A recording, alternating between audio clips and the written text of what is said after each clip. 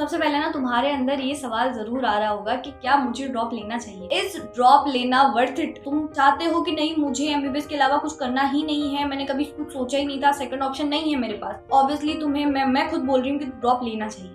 अब कुछ बच्चे ऐसा बोलेंगे कि नहीं, ड्रॉप अगर ले लिया तो क्या एमबीबीएस वर्थ इट है? अरे बिल्कुल वर्थ इट है। क्या गारंटी है कि ड्रॉप लूं तो मेरा नीट 2025 में सिलेक्शन? देखो, गारंटी कोई नहीं है। अगर तुम मेहनत नहीं करोगे ना तो ऑब्वियसली सिलेक्शन नहीं होगा। आपको अगर किसी जगह पहुंचना है, आपकी डेस्टिनेशन है, तो सीढ़ियां तो चढ़नी पड़ेगी ना। आज से इसी वीडियो से हमारी जो नीट 2025 की जो जर्नी है वो स्टार्ट हो रही है। मैं भी मेहनत करूंगी आपके साथ, आपको भी मेहनत करनी है और आपके नीट का जो सिलेक्शन है ना वो हम लेके आएंगे। सबसे पहले ना तुम्हारे अंदर ये सवाल जरूर आ रहा होगा कि क्या मुझे ड्रॉप लेना चाहिए। इस ड्रॉप लेना वर्थ इट? ठीक है, तो देखो मैं तुम्हें अपना बताती हूँ ना। मैंने भी ड्रॉप लिया था 12th के बाद। मुझे आज दिन तक कभी रिग्रेट नहीं हुआ कि जो 12th के साथ जिन बच्चों ने मेरे साथ के, जो मेरे फ्रेंड्स वगैरह थे जिनका 12th के साथ हो गया था, उनसे मैं पीछे रह गई।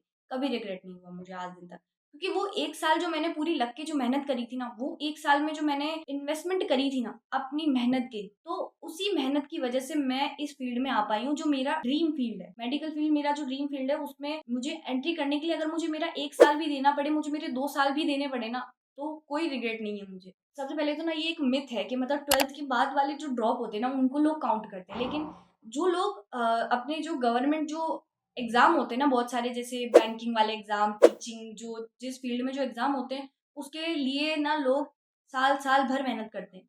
यूपीएससी के लिए देख लो, उसके लिए कितने साल तक मेहनत करते हैं लोग, उसे कोई ड्रॉप नहीं मानेगा। लेकिन 12th के बाद वाले जो है ना उसको सब ड्रॉप मानेंगे कि नहीं, ये तुम्हारा साल वेस्ट हो रहा है, अगर तुम्हारा सिलेक्शन नहीं हुआ तो साल वेस्ट हो गया। नहीं, ऐसा कुछ नहीं होता।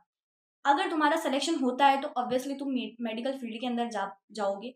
अगर तुम्हारा सिलेक्शन नहीं होता है ना तो उस पूरे साल में तुमने जिस डिसिप्लिन से, जिस स्ट्रैटेजी से, जिस प्लानिंग से तुमने मेहनत करी है ना, वो एज अ पर्सन तुम्हें बहुत ग्रो करेगी। हर चीज जो आप अपने मेहनत में लगाते हो, मतलब आप अपनी प्रिपरेशन में लगाओगे, वो मेहनत कभी विफल नहीं जाएगी। आपको उसका फल यहाँ नहीं तो कहीं और सही जरूर मिलेगा।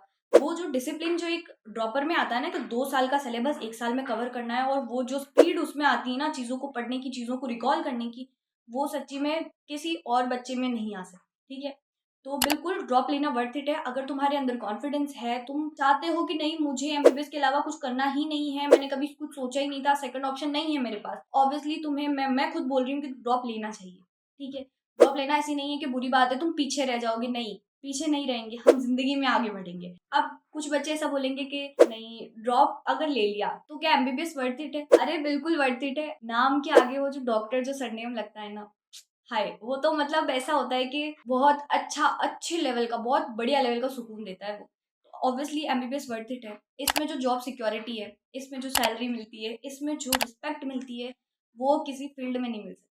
सैलरी तो ऑब्वियसली दूसरी फील्ड में ज्यादा मिलेगी मिलेगी, लेकिन जो रिस्पेक्ट इसमें जो ना, मतलब मैंने अपने जो सीनियर्स हैं उनसे भी काफी सुना है कि पेशेंट को ट्रीट करके जो सेटिस्फेक्शन मिलता है ना, जब पेशेंट हमें बोलता है कि नहीं, आपका बहुत बहुत धन्यवाद डॉक्टर साहब, मैंने बहुत मतलब देखा भी है, तो वो जो सेटिस्फेक्शन है ना, उसको उसकी जगह कोई दूसरी फीलिंग नहीं ले सकती। इसलिए मैं यही बोल रही हूँ कि ड्रॉप लेना भी वर्थ इट है, एमबीबीएस करना भी वर्थ। तुम्हारे दिमाग में अब ये सवाल आएगा कि ड्रॉप लूं ना लूं, पेरेंट्स को कैसे मनाऊं कि मेरे को ड्रॉप लेने दो, और क्या गारंटी है कि ड्रॉप लूं तो मेरा नीट 2025 में सिलेक्शन हो। तो सबसे पहले ना मैं लास्ट सवाल का आपका जवाब देती हूँ कि देखो, गारंटी कोई नहीं है। अगर तुम मेहनत नहीं करोगे ना तो ऑब्वियसली सिलेक्शन नहीं होगा। मेहनत तो देखो करनी पड़ेगी, हर फील्ड में मेहनत करनी पड़ती है। मतलब आपको अगर किसी जगह पहुंचना है, आपकी डेस्टिनेशन है, तो सीढ़ियां तो चढ़नी पड़ेगी ना। तो मेहनत हर फील्ड में करनी पड़ती है, आपको इस फील्ड में भी करनी पड़ेगी। अगर आप लग के मेहनत करोगे ना तो ऑब्वियसली आप खुद गारंटी लोगे अपनी सिलेक्शन की। ठीक है, अगर आपको अपने आप पे ट्रस्ट है, आप अच्छे से लग के पूरे साल भर मेहनत करोगे, सारा सिलेबस कवर करोगे, रिवीजन अच्छे से करोगे, टेस्ट अच्छे से दोगे, क्वेश्चन प्रैक्टिस अच्छे से करोगे, तो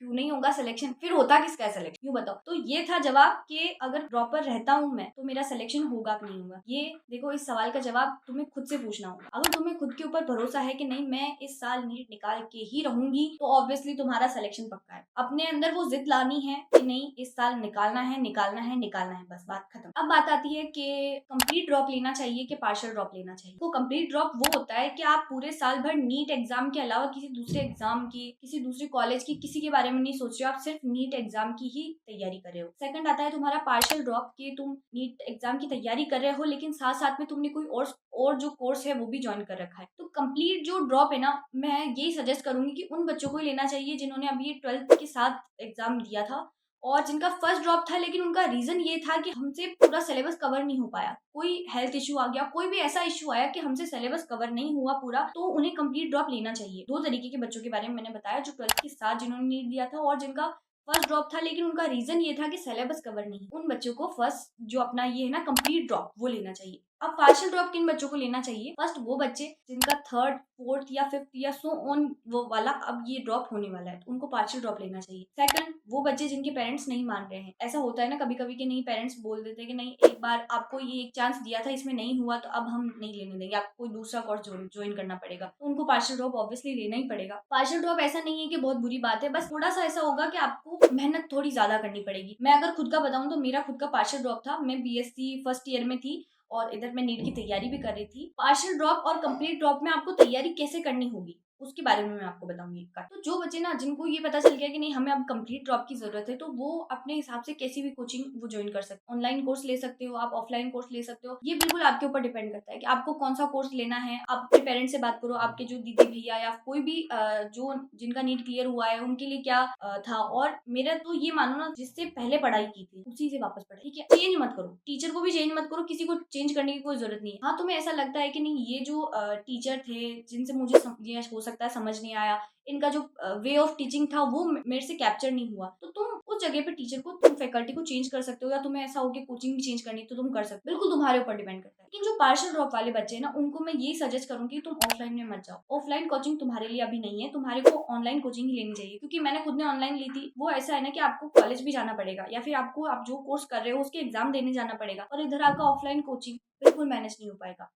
इसमें टाइम मैनेज नहीं होगा, शेड्यूल मैनेज नहीं होगा, पूरा दिन मैनेज नहीं हो पाएगा। इसलिए बस मेरा आपको यही सजेशन है, आपको कोई ऑनलाइन कोर्स लेना चाहिए। और ऑनलाइन कोर्स में मैंने यकीन बैच लिया था पीडब्ल्यू का, तो बिल्कुल वर्थ इट था। और मैं तुम्हारे को भी सजेस्ट करूंगी, अगर तुम्हारे को कोई समझ नहीं आ रहा क्या है तो बिल्कुल आंख बंद करके ले लो। यकीन का जो बैच है जो अभी निकला होगा वो बैच ले लो, जिसकी तैयारी अभी स्टार्ट होने वाली है, जिसमें अभी क्लासेस स्टार्ट होने वाली है, वो बिल्कुल आंख बंद करके ले लो। अगर मेहनत करोगे ना लग के टीचर्स के साथ, तो तुम्हारा सिलेक्शन पक्का है। अब तुम्हें ना ये जरूर समझ आ गया है कि तुम्हें कंप्लीट ड्रॉप लेना है, पार्शियल ड्रॉप लेना है, लेकिन ड्रॉप लेने से पहले तुम्हारे अंदर, अब इस वीडियो को जब तुम देख रहे हो ना, तो तुम्हारे को ये वीडियो बंद करते ही तुम्हारे को एक चीज करनी है कि what is the reason behind this कि मेरा नीट 2024 में सिलेक्शन नहीं हुआ। वो सिलेक्शन तुम्हारा जो नहीं हुआ ना, उसके पीछे बहुत सारे रीजन होंगे, बहुत सारी गलतियां होगी जो तुमने करी होगी। सबसे पहले तो उन गलतियों को नोट करो, उन गलतियों को अपने दीवार के आगे चिपका दो कि ये गलतियां थी, इनकी वजह से मेरा सिलेक्शन नहीं हुआ, और ये गलतियां अब मुझे नीट 2025 की तैयारी जब मैं कर रहा हूँ मुझे ये गलतियां नहीं करनी है। देखो, उन गलतियों में सबसे बड़ी गलती जो तुम्हारी होगी, डिस्ट्रैक्शन बहुत रहा होगा। तुमने अच्छे से फैमिली फंक्शन अटेंड किए होंगे, तुम्हारी डिस्ट्रैक्टिंग एप्स थी वो, उन पे तुमने अच्छा सा टाइम वेस्ट किया होगा, तुमने टाइम मैनेज सही से नहीं किया, तुम्हारी जो नीट की तैयारी थी वो तुम्हारी सेकंड प्रायोरिटी बन जाती, फर्स्ट प्रायोरिटी तुम्हारी अलग ही हो जाती। तो ये सारी चीजें